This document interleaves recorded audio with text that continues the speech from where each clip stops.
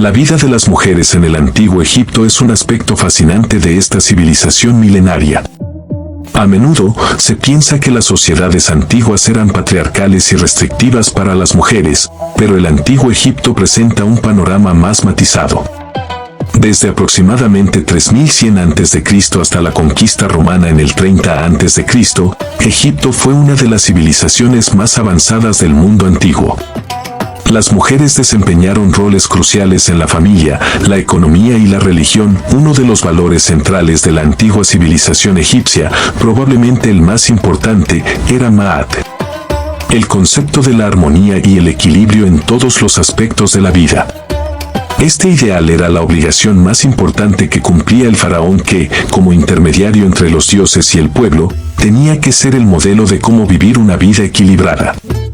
El arte egipcio, la arquitectura, las prácticas religiosas e incluso los departamentos gubernamentales exhibían una simetría perfecta de equilibrio, que también se puede apreciar en los roles de género a lo largo de las historias de la antigua civilización egipcia. Los historiadores Bob Brier y Hoyt Hub señalan que las mujeres eran iguales a los hombres en casi todos los aspectos excepto en los trabajos. Los hombres luchaban, gobernaban y gestionaban la granja. Las mujeres cocían y gestionaban el hogar. Los hombres ocupaban cargos de autoridad como rey, gobernador o general, y se consideraba que un hombre era el cabeza de familia. Pero dentro de este patriarcado las mujeres ejercían bastante poder e independencia. La egiptóloga Barbara Watterson escribe, en el antiguo Egipto una mujer gozaba de los mismos derechos que un hombre en virtud de la ley. Lo que estaba incluido dentro de sus derechos de jure, derechos legítimos, dependía de su clase social, no de su sexo. Todos los bienes de tierra se heredaban por línea materna, de madre a hija, suponiendo tal vez que mientras que la maternidad es un hecho, la paternidad es una cuestión de opinión. Una mujer tenía derecho a administrar sus propios bienes y a disponer de ellos como quisiera. Podía comprar, vender, ser socia en contratos legales, ser ejecutora en testamentos y testigo de documentos legales, llevar una acción a juicio y adoptar hijos en su propio nombre. Una mujer del antiguo Egipto era legalmente capax, competente, capaz. Por el contrario, una mujer de la antigua Grecia vivía bajo la supervisión de un Kyrios, un guardián masculino, y muchas mujeres griegas que vivieron en Egipto durante el periodo ptolemaico. Al ver a las egipcias actuar sin Kiroi, se animaron a hacerlo también. En resumen, una mujer egipcia gozaba de una mejor posición social que muchas mujeres de otras sociedades, tanto antiguas como modernas. Sin embargo, este estatus social dependía del apoyo y la aprobación de los hombres, y en algunos casos se negaba o cuestionaba. También parece quedar claro que muchas mujeres no conocían sus derechos, por lo que nunca usaban de ellos. Aún así, el respeto que se le concedía a la mujer en el antiguo Egipto es evidente en casi todos los aspectos de la civilización, desde las creencias religiosas hasta las costumbres sociales. Había tanto dioses como diosas, y cada uno tenía sus propias áreas de conocimiento, igualmente importantes. Las mujeres podían casarse con quien quisieran y divorciarse de aquellos que ya no les gustaban, podían tener los trabajos que quisieran, dentro de unos límites, y viajar a su antojo. Todos los mitos de la creación más antiguos de esta cultura enfatizan, en mayor o menor grado, el valor del principio femenino. La mujer y la religión. El cargo más importante que podía ostentar una mujer, a partir del Imperio Medio de Egipto, 2040 a 1782 a.C., era la de esposa del dios de Amón. Había muchas esposas del dios asociadas con diferentes deidades, e inicialmente, en el Imperio Medio, la esposa del dios de Amón era simplemente una entre muchas. La esposa del dios era un título honorario dado a una mujer, originalmente de cualquier clase pero más tarde de la clase alta, que ayudaba al sumo sacerdote en las ceremonias y cuidaba de la estatua del dios. A lo largo del Imperio Nuevo de Egipto, 1570 a 1069 a.C., la posición fue aumentando en prestigio hasta que, en la época del tercer periodo intermedio, 1069 a 525 a.C., la esposa del dios de Amón tenía el mismo poder que un rey y en la práctica gobernaba el Alto Egipto. Durante el periodo del Imperio Nuevo, la más famosa de las esposas del dios fue la faraona Hatshepsut, 1479 a 1458 a.C. Pero hubo muchas otras mujeres que ocuparon el cargo antes y después de ella. Ocupaciones de las mujeres. El clero del antiguo Egipto gozaba de un gran respeto y de una vida cómoda. En la historia del periodo arcaico de Egipto, de en torno a 3150 hasta alrededor de 2613 a.C., hasta el periodo tardío del antiguo Egipto 525 a 332 AC, abunda la documentación sobre el clero, especialmente el de Amón, que amasó tierra y riqueza.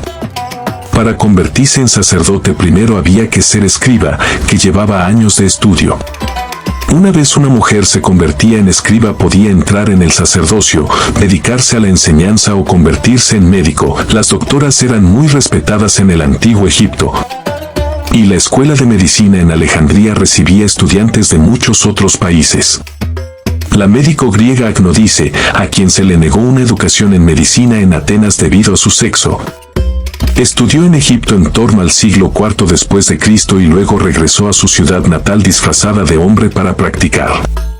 Sin embargo, como los estudios para ser escriba eran duros y largos, no había mucha gente, ni hombres ni mujeres, que los eligiera. Además, los escribas solían provenir de familias de escribas, en las que se daba gran valor a la alfabetización y se esperaba que los hijos siguieran los pasos de su padre o madre en cuanto a ocupación. Las mujeres, por lo tanto, trabajaban regularmente como tejedoras, panaderas, cerveceras, plañideras, fabricantes de sandalias, cesteras, cocineras, camareras o como señora de la casa, lo que hoy sería una propietaria de la finca. Las cerveceras y lavanderas a menudo estaban a cargo de los trabajadores masculinos. Cuando moría el marido, o cuando se divorciaba, una mujer podía quedarse con la casa y llevarla como ella quisiera. Este aspecto de la igualdad de género es casi asombroso cuando se compara con los derechos de las mujeres hace tan solo 200 años. Una viuda que viviese en Estados Unidos a principios del siglo XIX después de Cristo, por ejemplo, no tenía ningún derecho a la propiedad de la casa y tenía que depender de la intercesión de un pariente varón para mantenerla después de la muerte o el abandono de su marido. En el antiguo Egipto, una mujer podía decidir por sí misma cómo ganaría dinero y cómo administraría sus propiedades. El experto James C. Thompson escribe: había muchas maneras en que la señora de la casa podía aumentar sus ingresos. Algunas tenían huertos pequeños. Muchas hacían ropa. Un documento muestra a una mujer emprendedora comprando un esclavo por 400 deben. El deben era una unidad de peso del antiguo Egipto que se utilizaba para valorar bienes y servicios en un sistema de trueque. La mujer pagó la mitad en ropa y pidió prestado el resto a sus vecinos. Es probable que la mujer esperara pagar sus deudas alquilando al esclavo. De hecho, hay un recibo que muestra que una mujer recibió varias prendas, un toro y 16 cabras como pago por 27 días de trabajo de su esclavo. Los que no podían recaudar el dinero ellos solos a veces se asociaban con los vecinos para comprar un esclavo, y a menudo las mujeres participaban en tales empresas. Sabemos que una mujer podía heredar y manejar una propiedad grande y rica. Un hombre que tuviese tal propiedad contrataría a un esciba para que lo manejara, por lo que es razonable pensar que una heredera haría lo mismo. Hay pocas pruebas de que las mujeres de la élite tuvieran trabajos remunerados, ya sea a tiempo completo o parcial. Las mujeres con grandes talentos también podían encontrar trabajo como concubinas. Una concubina no era simplemente una mujer que se usaba para el sexo, sino que tenía que ser diestra en música, conversación, tejido, costura, moda, cultura, religión y el arte. Aunque esto no quiere decir que su apariencia física diese igual. Una solicitud de 40 concubinas de Amenhotep III, en torno a 1386 a 1353 a.C., a un hombre llamado Milkilu, príncipe de Geser, lo deja claro. Amenhotep III escribe: mira, te mando a Anya, el comisionado de los arqueros, junto con la mercancía para tener hermosas concubinas, es decir, tejedoras. plata, oro, ropajes, toda clase de piedras preciosas, sillas de ébano y muchos otros bienes, por valor de 160 deben. En total, 40 concubinas. El precio de cada concubina es de 40 en plata. Así que manda concubinas muy hermosas, sin defectos. Luis, 146. El faraón habría mantenido a estas concubinas como parte de su harén y, en el caso de Amenhotep III, habrían vivido muy bien, ya que su palacio en Malcata se cuenta entre los más opulentos de la historia de Egipto. Se consideraba que el rey se merecía muchas mujeres siempre y cuando fuera fiel al cuidado de su gran esposa, pero para la mayoría de los egipcios el matrimonio era monógamo y de por vida, amor, sexo y matrimonio. Como ya ha indicado Watterson, se consideraba que las mujeres eran capaces legalmente en todos los aspectos de su vida, y no requerían supervisión, consulta o aprobación de ningún hombre para hacer lo que quisieran. Este paradigma también se aplicaba al matrimonio y el sexo como en cualquier otro aspecto de la vida. Las mujeres se podían casar con quien quisieran, los matrimonios no estaban acordados por los hombres de la familia y se podían divorciar cuando quisieran. No había ningún estigma asociado al divorcio, aunque siempre se consideraba preferible un matrimonio de por vida. Brier y Habs comentan al respecto. Ya fuera rica o pobre, toda persona tenía derecho a los placeres del matrimonio. El matrimonio no era un asunto religioso en Egipto, no había ninguna ceremonia en la que participase un sacerdote.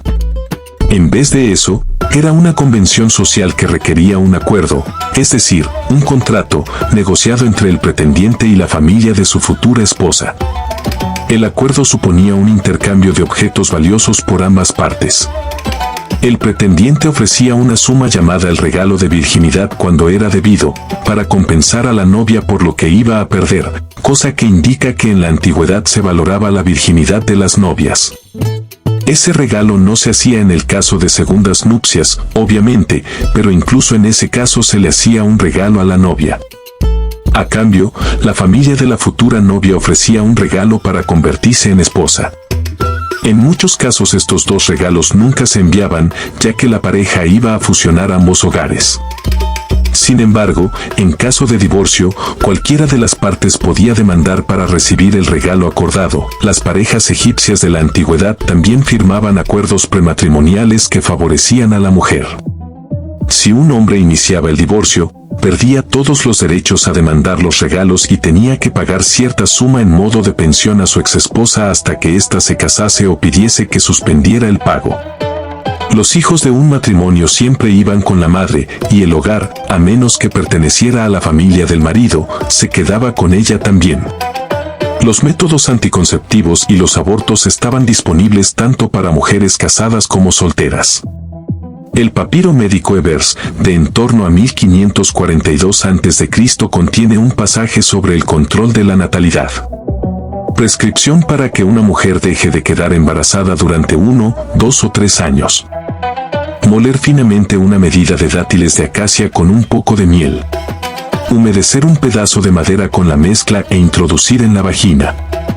Aunque puede que la virginidad fuera apreciada por los hombres que iniciaban un matrimonio, no era necesario que una mujer fuera virgen en su noche de bodas. La experiencia sexual de una mujer antes del matrimonio no era demasiado importante. Las únicas advertencias relativas a la sexualidad femenina tienen que ver con las mujeres que tientan a los hombres que dejan a sus esposas. Esto era simplemente porque un matrimonio estable contribuía a una comunidad estable, así que a todo el mundo le convenía que la pareja siguiera unida. Además de eso, los antiguos egipcios creían que la vida terrenal no era más que una parte del viaje eterno, y se esperaba que la vida, al igual que el matrimonio, fuese algo que mereciese la pena experimentar eternamente. Los relieves, las pinturas y las inscripciones representan a maridos y mujeres comiendo juntos, bailando, bebiendo y trabajando juntos en el campo. Aunque el arte egipcio está muy idealizado, es obvio que mucha gente disfrutaba de matrimonios felices en los que permanecían juntos de por vida. Los poemas de amor eran muy populares en Egipto, en los que se alababa la belleza y la bondad de una esposa o novia, y se juraba amor eterno en versos muy parecidos a las canciones de amor modernas. Nunca me alejaré de ti mientras tenga tu mano en la mía y pasearé contigo en todos nuestros lugares favoritos. Los oradores en estos poemas eran hombres y mujeres y hablaban de todos los aspectos del amor romántico. Los egipcios disfrutaban profundamente de los aspectos más simples de la vida y no hacía falta ser de la realeza para disfrutar de la compañía de un amante, una esposa, la familia o los amigos. Las reinas egipcias y la influencia femenina. Aún así no se puede negar que la realeza egipcia vivía bien y que las reinas y esposas menores que vivían en el palacio habrían vivido entre grandes lujos. El palacio de Amenhotep III en Malcata, mencionado anteriormente, abarcaba 30.000 metros cuadrados, 3 hectáreas, y tenía amplios apartamentos, salas de conferencias, salas de audiencia, un salón del trono y sala de recepción, un salón de festivales, bibliotecas, jardines, almacenes, cocinas, un harén y un templo dedicado al dios Amón. Las paredes exteriores del palacio eran de un blanco brillante, mientras que los colores interiores eran azul vivo, amarillo dorado y verde intenso. Las mujeres que vivían en tales palacios experimentaban una vida muy superior a la de las clases inferiores, pero aún así tenían que cumplir sus deberes de acuerdo con el Ma'at. La egiptóloga Sally Ann Aston escribe: en un mundo dominado por el faraón masculino, a menudo es difícil entender del todo el papel de las reinas egipcias. Un faraón tenía varias reinas, pero a la más importante se la elevaba al rango de esposa principal. El papel de la esposa principal, o gran esposa, variaba de un faraón a otro. En el caso de la reina Tille, 1398 a 1338 a.C., la esposa de Amenhotep III, a menudo participaba en los asuntos de Estado, actuaba como diplomática, e incluso escribieron su nombre en un cartucho, como un rey. Nefertiti, en torno a 1370 a 1336 a.C., la esposa de Akenatón, cuidaba de su familia a la vez que ayudaba a su marido a dirigir el país. Cuando su marido básicamente abandonó sus deberes como faraón para concentrarse en su nueva religión monoteísta, Nefertiti asumió sus responsabilidades. Se han documentado grandes reinas que se remontan hasta el periodo arcaico de Egipto, con la reina Meritneit, que reinó en torno a 3000 a.C., que actuó como regente para su hijo Den. La reina Sobekneferu, en torno a 1807 a 1802 a.C., ascendió al trono durante el Imperio Medio de Egipto y gobernó como mujer sin importarle las formas tradicionales que decían que solo un hombre podía reinar sobre Egipto. Apsa-Epsut, de la dinastía 18, llevó aún más lejos el ejemplo de Sobekneferu y se hizo coronar como faraón. Apsa-Epsut se sigue considerando como una de las mujeres más poderosas de la antigüedad y uno de los faraones más grandes de Egipto. Todas ellas ejercieron una influencia considerable sobre sus maridos, la corte y el país. Conclusión. El estatus de la mujer en Egipto era increíblemente avanzado para cualquier época histórica, incluido el presente. Según una copia del siglo II después de Cristo de una leyenda más antigua, cuando Osiris e Isis gobernaban el mundo al principio de los tiempos, Isis otorgó varios regalos a la humanidad, entre los cuales estaba la igualdad entre hombres y mujeres. La leyenda egipcia se ejemplifica en el alto estatus que tuvieron las mujeres a lo largo de la historia de Egipto. Brier y Habb señalan que la condición de la mujer en Egipto era increíblemente avanzada para su tiempo. Esto es sin duda cierto, pero se podría decir que el estatus de la mujer era increíblemente avanzado para cualquier época histórica, incluido el presente. Una mujer del antiguo Egipto tenía más derechos que muchas mujeres en la actualidad. La igualdad y el respeto por las mujeres continuó durante la dinastía ptolemaica, 323 a 30 a.C., la última en gobernar Egipto antes de anexionarse a Roma. Cleopatra VII, que reinó en torno a 51 a 30 a.C., la última reina de Egipto, es una de las mejores representantes de la igualdad de las mujeres, ya que gobernó el país mucho mejor que los hombres que la precedieron o creyeron poder cogobernar con ella. El estatus de la mujer comenzó a disminuir en Egipto tras ser tomado por Roma tras la muerte de Cleopatra. Sin embargo, algunos expertos sitúan este declive en época ptolemaica, 323 a 30 AC, y apuntan que durante la época romana, 30 a.C. hasta alrededor de 640 después de Cristo, no hizo sino acelerar. Las leyes y actitudes grecorromanas en cuanto a la mujer, combinadas con el ascenso del cristianismo en el siglo IV, que concentraba la culpa de la caída del hombre en las mujeres por ser descendientes de Eva, alentaron la creencia en que no se podía confiar en las mujeres y que éstas necesitaban la supervisión de un hombre. Este declive continuó tras la invasión árabe musulmana del siglo VII después de Cristo, cuestionando aún más el elevado prestigio del que habían disfrutado las egipcias durante más de 3000 años.